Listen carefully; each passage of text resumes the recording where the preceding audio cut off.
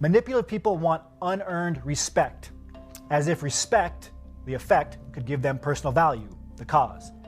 They want unearned admiration, as if admiration, the effect, could give them virtue that's worth admiring. They want unearned money and success, as if success, the effect, could give them ability, the cause.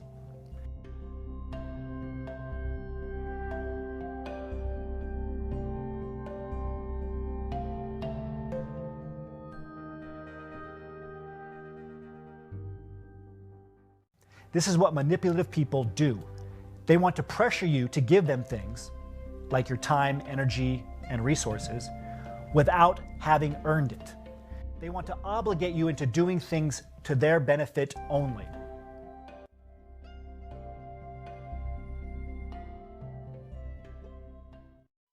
Ten types of emotional manipulators.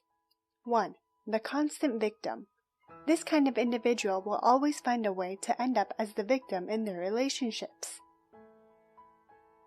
2. The one-upsmanship expert. This person uses put-downs, snide remarks, and criticisms to show that they're superior and know much more than you. 3. Powerful dependents. Powerful dependents pretend to be weak and powerless, then use their helplessness to dominate relationships. That is, they send the subtle message, "You must not let me down." 4. Triangulators. These people always try to get others on their side. They're quick to say nasty things and put you down. They separate good friends and drive wedges in between families. 5. The blasters. They blast you with their anger or suddenly blow up. That stops you from asking questions, in case there's a showdown. 6. The projector. The projector thinks they're perfect and that others have all the flaws. They take no ownership because they're never, ever wrong. 7. The deliberate misinterpreter. This person seems nice, but they twist and use your words. This person spreads misinformation and misinterprets you, deliberately presenting you in a false, negative way. 8. The flirt. This person uses flirting to get their way in life. They want to be admired and have an audience. However, your needs and interests are of no concern to them. 9. The iron fist. The iron fist uses intimidation to throw their weight around, use you for their ends, and get their way in life. 10. The multiple offender. This person uses several of the techniques we've described, and they'll often switch between the methods depending on what suits their purposes. Absolute authoritarianism without meaningful accountability. No tolerance for questions or critical inquiry. No meaningful financial disclosure regarding budget. Expenses such as an independently audited financial statement. Unreasonable fear about the outside world, such as impending catastrophe, evil conspiracies, and persecutions. There is no legitimate reason to leave. Former followers are always wrong in leaving, negative or even evil. Former members often relate the same stories of abuse and reflect a similar pattern of grievances. There are records, books, news articles, or television programs that document the abuses of the group or leader. Followers feel they can never be good enough. The group or leader is always correct. The group or leader is the exclusive means of knowing truth or receiving validation. No other process of discovery is really acceptable or creditable.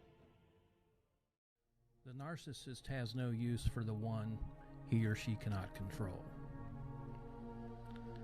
Narcissists hate free spirits, the individual who is an individual, the man or woman who is able and unafraid to think critically, the person who is in touch with his or her creative side, basically anyone who is halfway capable of thinking and dreaming for themselves will be despised by the narcissist. Why? It's because the free-spirited person presents an obstacle to the narcissist and his insatiable desire to control anybody and everybody in his or her circle of so-called relationships. A so-called relationship with a narcissist is no relationship at all. There's nothing mutual about it. It is a form of slavery. It is master to servant. It is superior to inferior. It is controller to controllee. It's not much different than the relationship a farmer has with an ox, a rancher has with a horse, or a machinist has with a press. If you provide the narcissist in your life the control they desire, they will be more than happy to maintain a, quote, relationship with you. If you do not give the narc in your life the control they desire, expect to be the target of their rage, or if you're lucky, abandonment. I say if you're lucky because many narcs seek to destroy the ones that they cannot control. I've personally discovered that most narcissists are more than happy to maintain a phony relationship with you if only you will provide them a single pearl or two of your own soul, flesh, or finances that they can trample on. You know, like the swine Jesus warned us about in Matthew chapter 7. Even if you decide to hand little parts of yourself over to the narc in your life, even a pearl at a time, you will still eventually find the core of your soul trampled underfoot by the narc and his or her minions. But hey, in the meantime, you can at least pretend you're enjoying a relationship with them, right? Let me make this point clear to you, and this is something I have to continually and repeatedly make to my own soul. If the narc in your life can't control you, you mean nothing to them. They don't love you, and they do not care for you. When I say you, I mean the real you. I mean the things about your personality, life, and spirit that define the true you, the things that make you who you are and what you are. The narcissist could care less about those things. Their so-called love for you extends to the level with which they can derive a use from you, like the farmer loves his ox, or a rancher loves his or her horse, or someone may love their new car. Most of the time, that use is nothing more than a sensation of empowerment that the narcissist experiences when he or she believes they have exercised power over some aspect of your person, be it your perceptions, your emotions, your thoughts, or your behavior. Sometimes that use is the enhancement of the narcissist's own image for the benefit of those he or she is attempting to impress, much like a prop in a staged production. Sometimes the usefulness they derive from you can range from a simple kissing of their butt to conning you out of your entire life savings. Either way, any relationship you have with a narcissist will always, and I must emphasize always, be built upon their ability to control and exploit some if not all, aspects of your life. I believe 2 Peter 2:3 words this better than any psychology manual when it states that false messengers, which perfectly describes the narcissist, will attempt to make merchandise of you. If they cannot control you and subsequently exploit you, you mean nothing to them. Now here's a warning. Don't make the mistake of falling for the relationship card when you decide to cut ties with the narc in your life. If and when you muster the strength to sever ties with a narc, expect a full-fledged attack on your morality, character, and integrity.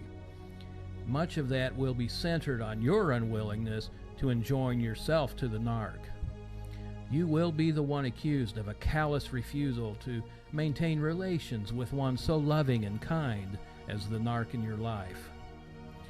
All of the feigned and fake acts of kindness heaped on you by the narcissist, they'll be thrown back in your face as examples of your selfishness and your pettiness, as well as the narc's mercy and tenderheartedness. Don't think for a moment that the relationship card tactic won't be used on everyone in your circle of family and friends that the narc may have access to. They're going to hear about your bitter, unforgiving heart, while the narcissist all along only wanted a relationship with you. They did want a relationship with you on their playing field alone, a one-way relationship, the narc's way, of course. If you are a free spirit, if you believe that God created you to be an individual personality with unique abilities and purposes in life, if you are someone who possesses the capacity to think for yourself, if you are any of these things, you need to stop wondering why the narcissist in your life targeted you for humiliation, shame, and possibly even destruction.